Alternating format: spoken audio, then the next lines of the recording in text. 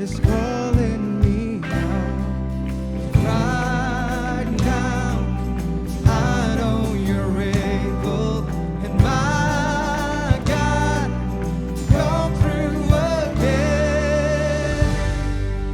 You can do all things.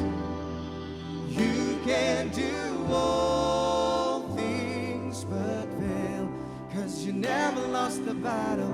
No, you never lost the battle. And I know you never will.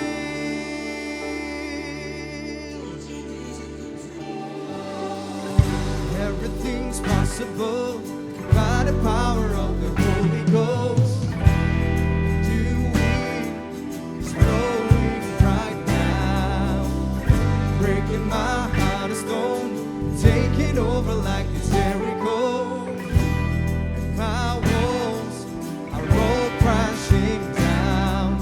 'Cause right now, and I know you're able, and my God, come through again. You can do all things. You can do all things but fail. 'Cause you never lost the battle. No, you never lost the battle. I know you never will. You can do all things. You can do all things but fail. 'Cause you never lost the battle. No, you never lost the battle. And I know you never will. Never lost the battle. Never lost the battle. You never lost the battle. You never will. You never lost the battle. You never lost the battle. You never lost the battle. So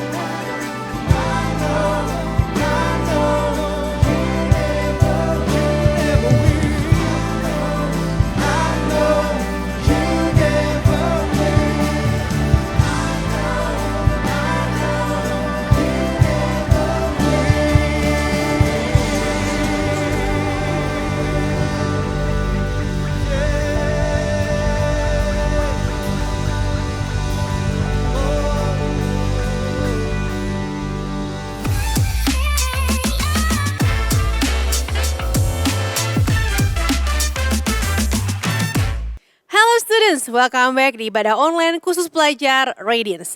Senang banget hari ini kita bisa bertemu lagi beribadah bersama sekalipun secara online.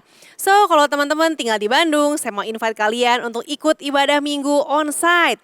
Kita punya 3 satelit yaitu di Kopo, Bandung Utara dan juga di Pasir Koja. Jadi dimanapun kamu berada, di area Bandung manapun, yuk sama-sama ibadah onsite. Dan kalian juga bisa cek info-info terbaru di Instagram @grabsing. Teman-teman, ada fun fact nih, di tanggal 15 Mei kemarin dunia ini merayakan International Day of Family. It can be a little reminder for us to appreciate our family. Tuhan menempatkan kita di keluarga ini dan pasti Tuhan gak pernah salah menempatkan kita. So kita bisa ambil waktu untuk mendoakan seluruh anggota keluarga kita supaya semua anggota keluarga kita sungguh-sungguh mengenal Tuhan dan jalan dalam rencana Tuhan ya. Let's pray. Tuhan Yesus, kami bersyukur Tuhan memberikan kami keluarga yang terbaik. Kami bersyukur Tuhan menempatkan kami di keluarga yang terbaik sehingga kami bisa sampai di perjalanan kami pada hari ini. Kami percaya bahwa everything Tuhan bisa menjadikan segalanya menjadi kebaikan. Hari ini ajar kami untuk mengerti bagaimana hidup sebagai anak Tuhan dan apa saja yang bisa kami lakukan bersama-sama dengan Tuhan sebagai Bapa kami. Terima kasih Tuhan, Roh Kudus tuntun kami, dalam nama Tuhan Yesus kami berdoa. Amin. Teman-teman, minggu lalu kita sudah belajar tentang identitas kita dalam kerajaan Allah. Kita adalah anak Allah. Wow, kalau kita anak Allah teman-teman, maka Allah adalah Bapa kita. Nah, dan selain itu Roh Allah tinggal di dalam diri kita. Jadi kita bukan cuma hidup sendirian, Roh Allah ada dalam kita. Kalau yang namanya anak, pasti punya hak sebagai anak dong. Salah satunya kalau kamu sebagai anak di rumah, kamu punya hak buat makan, punya akses ke kulkas ya teman-teman ya. Pasti kamu bisa gak usah bayar kalau ngambil telur di kulkas, kalau ngambil es batu di kulkas gak perlu bayar ya. Kamu punya hak buat dapat pendidikan, dapat perhatian dari orang tua, itu adalah hak kamu sebagai anak. Waktu saya masih SMP, masih SMA, setiap pulang sekolah pasti di meja makan ada makanan. Dan saya tinggal ambil dan makan. Saya nggak perlu, mah berapaan ya ini ya, mau ambil tahu, mau ambil ayam, ambil bayam berapaan, nggak perlu. Saya tinggal ambil dan saya makan untuk makan siang atau makan malam saya. Karena itu memang makanan yang disediakan untuk orang di rumah. Tapi saya juga harus berusaha ambil piring, ambil nasinya. Karena piring, nasi dan lain-lain gak akan terbang sendiri dan masuk dalam perut saya. Sama juga nih, waktu kita jadi anak Tuhan, kita punya hak sebagai anak, yaitu mendapatkan kasih Tuhan sebagai Bapa kita. Kita punya akses, full akses untuk mendapatkan kasih Allah Bapa kita. Tuhan pun sangat ingin untuk memberikan kasihnya kepada kita dan dia ingin banget agar kita mengalami kasih Tuhan sampai hati kita penuh teman-teman. Tuhan tidak pernah menolak kita. Sekalipun kita melakukan dosa, kita kadang-kadang nakal, kasih Tuhan akan terus ada buat kita. Tapi tetap ya, konsekuensi dari dosa pasti tetap ada, nggak dihilangkan. Nah, si jahat tidak ingin kita menyadari hak kita sebagai anak Allah. Si jahat juga tidak ingin kita menyadari bahwa kita punya akses penuh kepada kasih Allah. Setan akan selalu berusaha untuk menghalangi kita supaya kita gak bisa merasakan kasih Bapa. Kayak gambar di sini nih teman-teman. Kalau di sini adalah Tuhan ya, God is here. Di sini adalah me, ada saya di sini. Kalau ujung sini Tuhan di sini, saya di sini. Kita inginnya dekat, Tuhan pun inginnya mendekati kita. Tapi di tengah-tengah sini selalu aja ya the devil, roh jahat ini menghalangi kita teman-teman. The devil selalu berusaha untuk menggagalkan kita anak Tuhan. Dia berusaha segimana caranya deh agar gagal buat deket sama Tuhan. Agar Tuhan gagal untuk menyalurkan kasihnya kepada kita. Gimana caranya?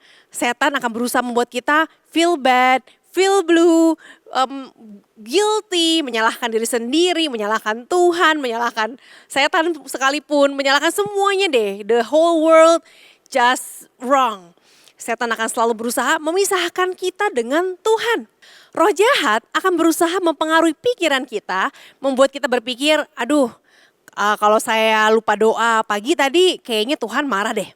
Aduh kayaknya kalau saya gak mikirin Tuhan terus menerus kayaknya saya bakal masuk neraka deh, bakal dijauhin deh sama Tuhan. Kita pikir we have to be perfect, we have to think about God every single time, baru Tuhan bakal sayang sama kita. Teman-teman, kabar baiknya adalah gak ada yang bisa memisahkan kita dari kasih Tuhan. Sekalipun kadang-kadang pagi-pagi kita buru-buru lupa doa, itu gak akan memisahkan kita dari Tuhan. Nothing can separate us from God's love. Walaupun kita lagi merasa jauh sama Tuhan, kasih Tuhan sebetulnya gak pernah berubah, gak pernah menjauh sama kita. Tuhan tahu waktu kita lagi dalam kondisi susah, lagi galau, Tuhan tahu waktu kita lagi gak baik-baik aja. Pernah dong ngerasa lagi gak baik-baik aja, dan Tuhan katakan bahwa it's okay to be not okay. Tuhan mengerti hati kita. Di Mazmur 34 ayat 19 dikatakan gini, Tuhan itu dekat kepada orang-orang yang patah hati dan ia menyelamatkan orang-orang yang remuk jiwanya. Yes, waktu kamu lagi broken heart karena kenyataan mungkin gak seperti apa yang kamu harapkan. Broken heart karena kamu dianggap rendah oleh orang terdekat atau usahamu dianggap gak ada apa-apanya. Disitulah Tuhan ada buat kamu. Karena Tuhan adalah Tuhan yang dekat dengan orang yang patah hati dan remuk perasaannya. Bahkan waktu kamu udah gak punya keinginan lagi, udah capek deh dengan segala hal yang terjadi dalam hidup ini, udah gak mau apa-apa lagi. Tuhan ngerti dan Tuhan dekat dengan kamu. Teman-teman belajar percaya sama Tuhan bahwa Tuhan itu dekat. Dan jangan curiga sama Tuhan. Ada satu quotes, believing is not only once, but we must continue to believe every day. Percaya sama Tuhan itu adalah keputusan kita setiap hari. Itu bukanlah satu momen aja. Nah, gimana ciri orang yang percaya sama Tuhan? Teman-teman, kalau kamu lagi merasa bersalah, merasa berdosa, lagi did something wrong, kamu lari kemana? Lari kepada Tuhan dan minta maaf? Atau sembunyi dari Tuhan dan takut dihukum sama Tuhan? Teman-teman, waktu kita percaya penuh sama Tuhan, kita akan lari kepada Tuhan sekalipun kita penuh dengan salah. Don't run from God, but run to God. Jangan lari dari Tuhan, tapi justru sebaliknya berlarilah kepada Tuhan. Ketika kita berpikir untuk lari dari Tuhan, kembali lagi ingat, Christian life is about believing. Kehidupan Kristen itu adalah tentang percaya lagi, percaya lagi, percaya lagi. Sekalipun kita lagi bersalah, percayalah bahwa Allah Bapa kita tidak akan pernah membuang kita. So pastikan yang kamu percaya itu berdasarkan firman Tuhan ya teman-teman. Bukan berdasarkan kata orang. Kalau kata orang, wah kamu berdosa nih kayaknya Tuhan bakal jauhin kamu. Tergantung nih dosanya kecil dijauhinnya sehari. Kalau dosanya gede ya seminggu. Gak ada kayak gitu teman-teman. Jangan percaya jika tidak ada dasar firman Tuhan. Always check on the Bible. Apalagi kata sosial media ya yang gak tahu dasarnya apa. Kalaupun ada ayat-ayat comotan, ada ayat-ayat yang dipotong-potong, teman-teman selalu baca keseluruhan perikop. Perikop itu adalah satu kesatuan yang ada dalam setiap pasal. Gak perlu baca semua Alkitab, tapi satu perikop itu bacalah. Teman-teman, apa sih lawan dari belief atau percaya? Yang membuat belief kita hilang, yang membuat trust kita hilang adalah fear atau ketakutan. Nah, dalam kasih gak ada ketakutan. Dalam kasih itu yang ada adalah ada keberanian, ada belief. There is no fear in love. Jesus make us perfect, so there is no longer fear in our heart. Tuhan sudah membuat hati kita ini bersih, membuat hati kita ini ditebus 100%, sehingga seharusnya udah gak ada ketakutan. Waktu kita mengundang Yesus dalam hati kita punya pilihan untuk fear or believe. Waktu kita takut, kita bisa memutuskan, I choose to not fear, I choose to believe. Pilihlah setiap hari, pilihlah untuk percaya lagi dan percaya lagi. Yang menjadi penghalang sebagai anak Tuhan nih, apa yang bikin kita jadi gak efektif sebagai anak Tuhan? Yang bikin kita jadi kayaknya kok saya percaya gak percaya Tuhan kayaknya sama aja. Apa sih yang bikin kita gak efektif? Yang bikin kita jadi gak efektif adalah karena kita takut akan sesuatu yang kita gak bisa lihat. We fear of the unknowing, takut masalah depan. Takut akan sesuatu yang terjadi di nanti 5 tahun lagi. Akhirnya kepercayaan kita dihalangi oleh si fear itu.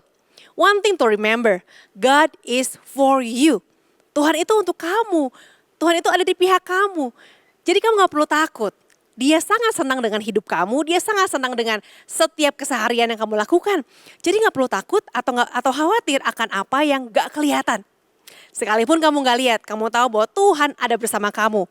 Say no to the fear of the unknown. Kasih 100% energimu kepada Tuhan dan gak perlu khawatir akan hidupmu. Maksudnya kasih 100% itu bukan berarti kamu tugas pelayanan terus di gereja ya teman-teman. Tapi lakukan segala sesuatu itu untuk Tuhan. Kalau pergi sekolah, pergi kuliah, itu buat Tuhan. Belajar sendiri di rumah, belajar kelompok, menghadapi teman sekelompok, lakukan bersama dengan Tuhan. Sesuai dengan firman Tuhan. Kalau mau pelayanan, mau interaksi dengan teman sepelayanan, juga ingat, lakukanlah untuk Tuhan. Gak semua orang bisa jadi pengkhotbah, tapi semua orang bisa jadi saksi Tuhan lewat semua yang dilakukan dan dikatakan. Teman-teman, waktu kita belajar percaya, kita juga akan berani untuk bertanya pada Tuhan. Latihlah dirimu untuk bertanya pada Tuhan. Karena sebagai Bapa yang baik, Tuhan pasti punya tujuan untuk segala hal yang terjadi. Jadi kamu boleh bertanya, Tuhan kenapa sih Tuhan bawa saya ke sini? Tuhan apa rencana Tuhan di momen saya SMP saat ini? Momen nanti SMA, Tuhan punya rencana apa? Satu pertanyaan yang dijawab akan memberi kamu gambaran yang kecil. Apalagi kalau 10 pertanyaan yang kamu tanya dijawab sama Tuhan. Wah, kamu akan dapetin a big picture ya, gambar yang lebih jelas lagi. Teman-teman percayalah pada Tuhan, jangan curiga. Waktu kamu bertanya dan Tuhan menjawab, percayalah pada jawaban Tuhan. Jawaban Tuhan pasti sesuai firman Tuhan ya. Tuhan gak akan pernah membuat kita melakukan hal yang kita gak suka. Misalnya, wah tiba-tiba Tuhan maksa kita nikahin orang yang kita gak suka nih. Gak mungkin teman-teman. Percayakanlah segala hal termasuk pernikahan kamu, termasuk pasangan kamu nanti. Jadi teman-teman SMP, SMA nikmatilah waktumu. Nikmatilah masa-masa single kamu, persahabatan kamu, jangan terburu-buru. Karena Tuhan pasti mau ngasih kamu kejutan-kejutan dengan kebaikan-kebaikan Tuhan. He want to surprise us with His goodness. Ternyata kalau kita suka kasih kejutan buat temen yang ulang tahun, buat sahabat yang ulang tahun, itu adalah karakter Allah. God loves to give you surprises. Itu adalah karakter Tuhan loh. Dia senang banget buat bikin anaknya happy. Jadi jangan ragukan Tuhan.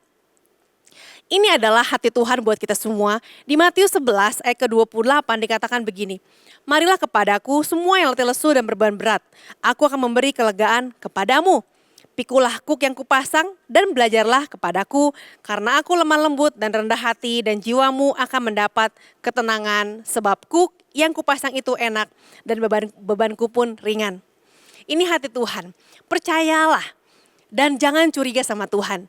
Jangan bingung dengan kegiatan-kegiatan yang harus kamu lakukan. Harus ngapain ya supaya Tuhan senang. Harus berbuat apa, pelayanan apa. Jangan bingung. Tuhan cuma mau agar kita enjoy life. Jalani hidupmu dengan baik. Nikmati hidupmu setiap detik. Dan bawalah segala hal itu untuk Tuhan. Bahkan waktu lagi jalan-jalan di pasar, di supermarket, di mall, lakukanlah untuk Tuhan. Enjoy every second. Tuhan mau agar kita hidup senormal mungkin, seasik mungkin, dan berbuat baik sebanyak mungkin. Seperti Tuhan Yesus. Kalau kamu cek, bacalah di Alkitab, Yesus itu diceritakan, dia itu nanti pergi makan sama murid-muridnya, pergi ke pesta pernikahan, mendoakan orang-orang, lalu dia ngapain lagi? Dia pergi beribadah, dia berdoa, dia pergi ke gunung, dia pergi ke pantai. Tuhan Yesus pun menjalani hidupnya sebagai manusia dengan maksimal. Just live the life and love the life. Ask God for the opportunity in every single activity. Melayani Tuhan itu adalah hal yang menyenangkan. Melayani Tuhan itu lewat segala hal yang kita kerjakan. Tuhan bilang bahwa beban dari Tuhan itu ringan dan enak. Karena ditanggung bersama dengan Tuhan. Ditanggung bersama dengan Allah Bapa kita. Jadi teman-teman kalau pengen hidup ini ringan. Jalani dan tanggung seluruh beban kita bersama dengan Tuhan. Karena Allah Bapa gak akan pernah meninggalkan kita. Dia selalu bantu kita untuk menanggung segala beban kita. Bagian kita adalah beresin hati kita. Jangan ada kekhawatiran, jangan ada kecurigaan pada Tuhan. Setelah itu, gak usah khawatir deh. Just do whatever God told you to do. Waktu kita ngobrol, waktu kita lagi dalam satu argumen, jangan takut. Karena Tuhan pasti akan menuntun kita. Waktu hati kita benar di hadapan Tuhan, segala hal yang keluar dari hati kita, itu akan dari Tuhan. Lalu, bagaimana cara kita untuk hidup sebagai anak Allah? Kalau kita udah tahu bahwa identitas kita adalah anak Allah dan roh Allah tinggal dalam diri kita, jadi gimana cara kita untuk hidup sebagai anak Allah? Ada 4 hal teman-teman. Yang pertama, choose to believe every day. Pilihlah untuk percaya setiap hari. Waktu bangun pagi bilang Tuhan, saya memilih untuk percaya pada Tuhan hari ini apapun yang terjadi. Markus 16 ayat 16 mengatakan gini, siapa yang percaya dan dibaptis akan diselamatkan. Maka kalau kamu percaya, kamu akan diselamatkan dari segala hal. Mungkin diselamatkan dari kebetean hari itu, diselamatkan dari kegalauan hari itu. Percaya hari ini, belum tentu besok kita akan percaya lagi. Apalagi kalau kondisinya nggak baik. Tapi kita bisa milih buat percaya atau nggak percaya. Percayalah karena Tuhan kita itu kuat dan Tuhan kita bisa dipercaya. Yang kedua, ada komitmen. Teman-teman, dikatakan gini di Roma 4 ayat 18. Sebab sekalipun tidak ada dasar untuk berharap, namun Abraham berharap juga dan percaya bahwa ia akan menjadi bapa banyak bangsa. Waktu itu yang disebut leluhur semua orang percaya, Bapak Abraham dia gak punya alasan buat percaya. Tapi dikatakan bahwa sekalipun gak ada dasar, kalau Tuhan ngomong pasti Tuhan tepati. Tantangan pasti ada dari waktu ke waktu, pasti kita memiliki struggle. Tapi komitmen akan membuat kita nggak mudah menyerah. Don't give up. Katakan ke dirimu sendiri, don't give up. Kamu ada di sini hari ini pun karena ada orang yang gak menyerah atas kamu, yang berdoa buat kamu. So, don't give up. Yang ketiga, believe with your heart. Percaya dengan hatimu. Kadang-kadang pikiran kita ini kemana-mana. Mikir, kenapa ya begini, kenapa ya begitu. Ada begitu banyak pertanyaan dalam pemikiran kita. Tapi percayalah dengan hatimu. Bukan berusaha mencari bukti dengan pemikiranmu. Karena otak kita ini gak akan cukup untuk menampung kebesaran Tuhan. Walaupun pikiran kamu mencoba untuk membuatmu bingung, tetaplah percaya pada Tuhan dengan segenap hatimu. Kalau dikatakan di Amsal, percayalah pada Tuhan dengan segenap hatimu. Percayalah pada Tuhan. Use your heart. Yang keempat, work, kerjakanlah. Lakukanlah apa yang Tuhan minta untuk kamu lakukan. Apapun kondisinya, walaupun kamu gak menyukainya. Kalau Tuhan minta untuk kamu berjalan, berjalanlah. Kalau Tuhan minta untuk kamu berhenti, berhentilah. Sejelek apapun kondisinya, kalau Tuhan bilang jalan-jalan. Sebagus apapun kondisinya, kalau Tuhan bilang jangan-jangan, teman-teman.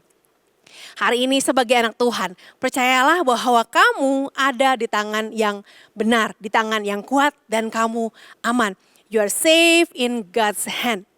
Pelajar, saya mau tantang kamu. Hari ini maukah kamu menyerahkan hidupmu kepada Allah Bapa yang sanggup untuk memberkati kamu, yang sanggup untuk membawa kamu menang dari satu hal ke hal yang lain. Kalau kamu mau untuk menyerahkan hidupmu pada Tuhan, saya mau ajak kamu meletakkan tanganmu di dada dan berdoa. Let's pray. Tuhan Yesus, Kau melihat setiap anak-anak Tuhan yang sungguh ingin menyerahkan hidup mereka kepada Tuhan. Hari ini Tuhan, kami serahkan hidup kami dalam tangan Tuhan. Kau melihat dimanapun teman-temanku ini berada, biar hari ini mereka merasakan kasih Bapa yang begitu kuat, yang membuat mereka tahu bahwa mereka punya masa depan, bahwa mereka punya satu pengharapan dalam Kristus. Kayak bersyukur Tuhan karena Engkau Allah yang hidup, jadilah Tuhan dan jadilah Raja dalam kehidupan setiap kami. Jemaat Allah, terimalah berkat Allah dalam nama Bapa, Putra dan Roh Kudus. Biar berkat Allah yang menjadikan setiap apa yang kau kerjakan berhasil dan memuliakan nama Tuhan. Dalam nama Tuhan Yesus, semua yang mengucap syukur dalam Tuhan, kita katakan amin. Teman-teman, kalau kalian punya beban doa, kamu bisa scan QR code di bawah ini. Ada pendoa dan counselor yang siap untuk mendoakan kalian. So, happy weekend, God bless you.